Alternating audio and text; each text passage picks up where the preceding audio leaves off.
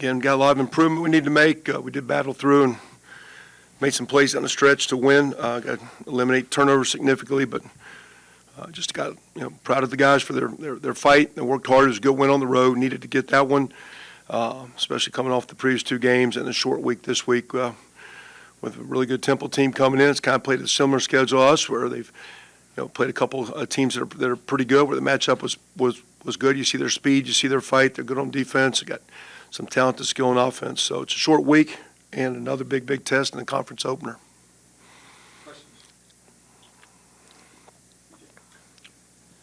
I guess just you don't have control over it, obviously, but just your thoughts on the schedule changes of playing Thursday night games intertwined with the Saturdays. Does that make things difficult? You guys got back late, I'm sure, Saturday night. So it's really too bad. We were back at 7, so it was, it was pretty good time. I think we landed about 6, okay. So it was not bad. It is what it is. The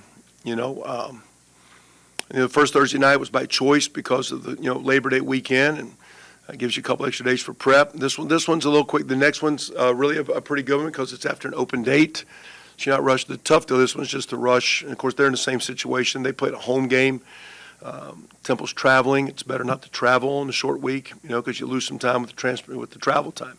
But you're just limited on reps, the opportunity to practice, recovery coming off a game, and then getting the looks you need, and then physically you can over-practice and try to do too much because you got to have some recovery, but then you need to get ready to play a physical game Thursday night. So it's a short week is what it is. We put some time and thought. Haven't been through this. I don't think I've ever been through this short of I think I've had some Thursday or Friday games, but it's always been like with an open date, like our next one will be when we play Rice. So that's a Thursday game, but it's in between, and so that one's not near as stressful. So I think we've put some time and thought in how to have a little bit of preparation beforehand, so that you could jump in and start to try to get your looks. Typically, at this point in time of the week, we'd be really starting what we'd want to do, have all day today to plan it, practice it tomorrow, then practice it Wednesday.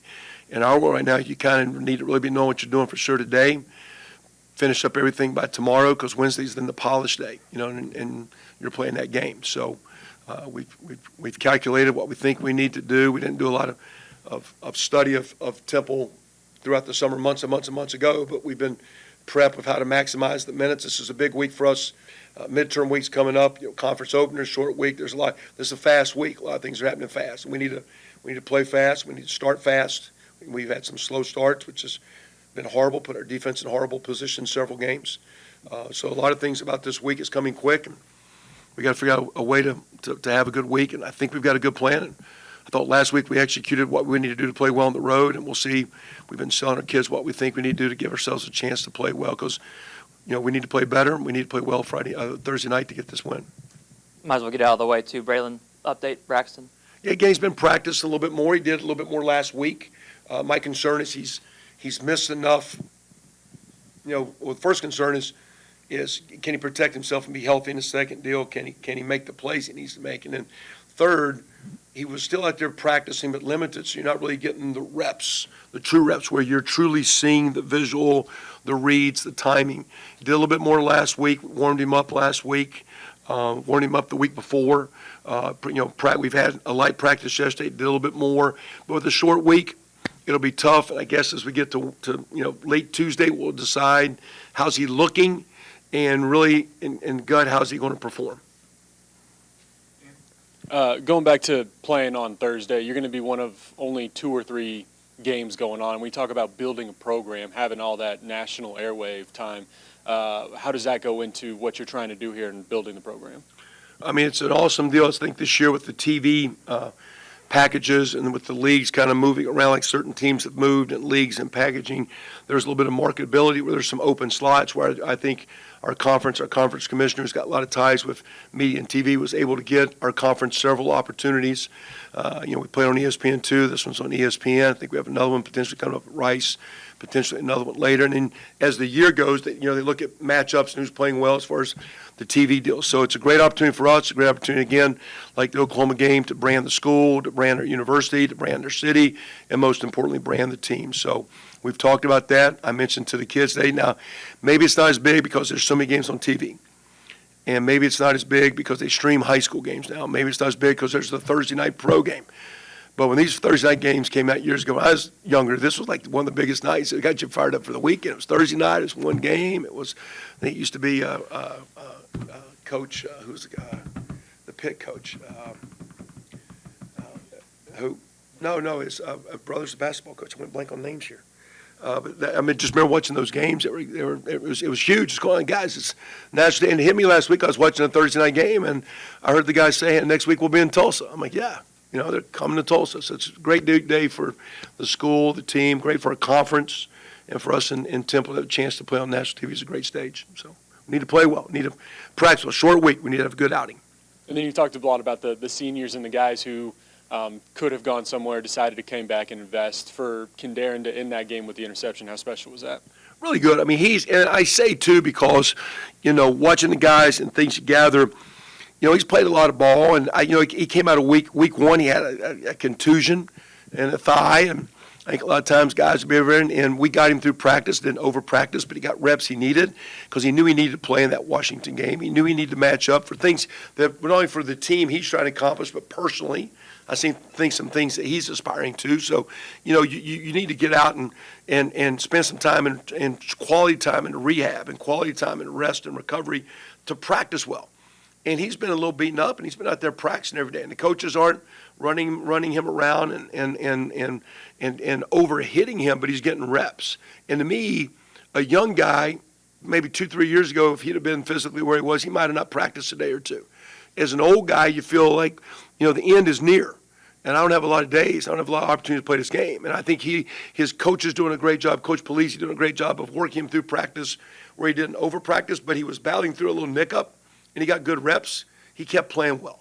And then, you know, he played every snap on defense. Every snap. Didn't come out. Was our leading tackler. I think he was just voted the Conference Defensive Player of the Week and had the last pick at the end to win the game. So proud of his approach to the process, especially when you're a sixth-year guy, thinking I'm banged up and don't need to go. He's out there practicing as much and now playing as much as anyone. That's what it looks like as a coach. Sometimes pictures are more important than the words that you're saying, and he's given us a great visual for our young players. Here's our team captain, our team leader, and he's fighting through minor injury, practicing great, and then having good performances. And we're going to need him to do it again this week because we're going to play a much better passing attack this week and the weeks to come as we play.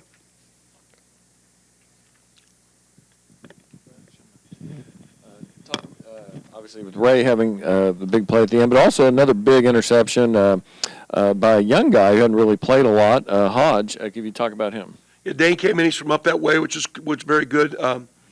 Kanai Williams was a little bit limited. We felt we'd have a great chance to have him this week. We'll see. He looks decent out there as we start practice. He's saying he's different, but kind of like we're talking about Kindaren with a little, you know, issue he's doing physically just to be healthy and to play fast. And he could have played, but I don't know if he could have played and turned around on a short week.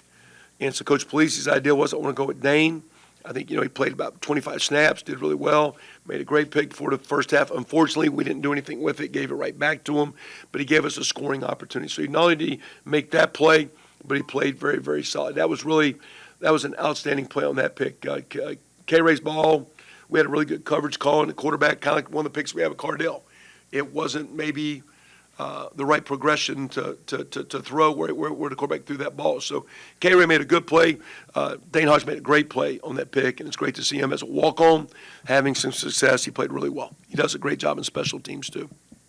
You can also talk about facing young Warner for Temple. What's the challenge there? Yeah, and again, as an offensive guy, I'm kind of looking a lot more at their defense. I mean, seen a little bit. You know his pedigree, you know his background, but that's one thing. Another thing is just how do you play? I mean, they throw it a lot. They play two quarterbacks. One's a little bit more of a runner. But he's a young guy, throws it well. They've got some good skills, some good running backs. They've moved the ball well. They're throwing the ball well. We have not been very good at pass defense. We've played a couple games where we've played well, a couple games we haven't. We'll get stressed this week in the passing game, and we need to do some things to tighten up the pass game and minimize the big plays. And you know, he's a very talented, good young quarterback. After back-to-back pretty tough, challenging games on the road against a couple ranked teams, how important was it to get a feel-good game, a game where some of that hard work kind of came to fruition, and have a little bit of momentum now as you head into conference play? Yeah, again, I just felt back in the summer, told our players as we started end of summer preseason, we went through the schedule, and I felt last week was going to be one of the big weeks of the season. You think the matchups and playing talented teams and the travel to Washington and the matchup of Oklahoma, knowing they're going to bounce back and be a much better team, knowing that Washington was going to be a good team. I had a lot of respect for Northern Illinois. I watched them. I knew their defense was going to be very stout up front. Coach has been there for a while. They won the MAC 2 years ago. We played them nip and tuck last year. I felt we could have a little negative mojo after week 3. And now we got to travel. And for us to have a good season for the seniors that came back that we're talking about and all that, we needed to have our best week. So we challenged the guys on Sunday. It wasn't about playing a good game. It's about having our best week.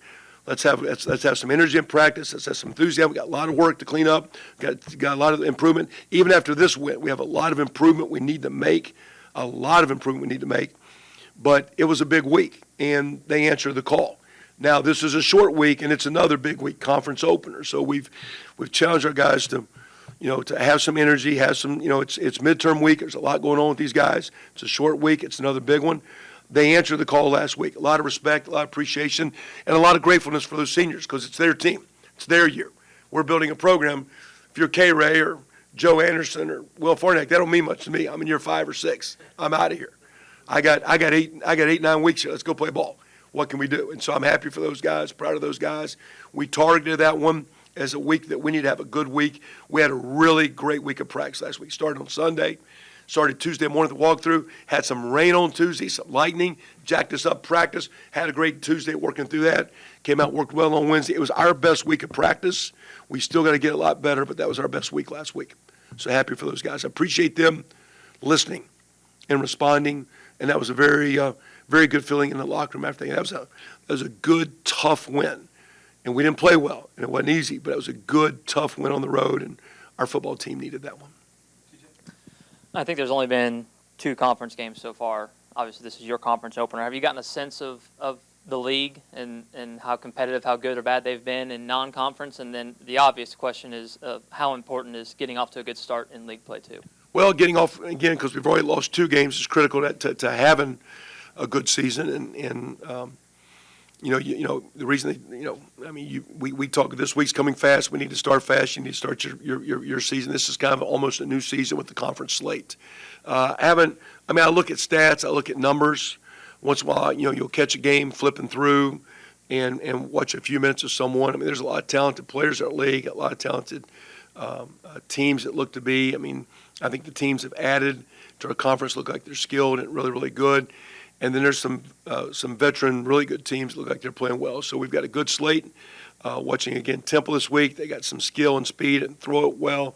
2 dynamic running backs make you miss. Defensively, they're playing great pass D. They're schemed up with their pressures and numbers. So this is a good football team we're playing, and we're on a short week. They got the same week we have, so we both got the same issues. But we need to have a good week, and we need to get off to a good start and do our damnedest to see if we can get a W this week. Penalties are one of those things that drive coaches crazy, and you might think 3 for 29 is still, too many, but it's the first time that's the fewest yards or something like that. It's been done here in 7 years. So what went into the successes of not being penalized this past weekend? I mean, but we also work a lot on turnovers, and we lead the nation in that deal. And that's the worst thing that can get you beat.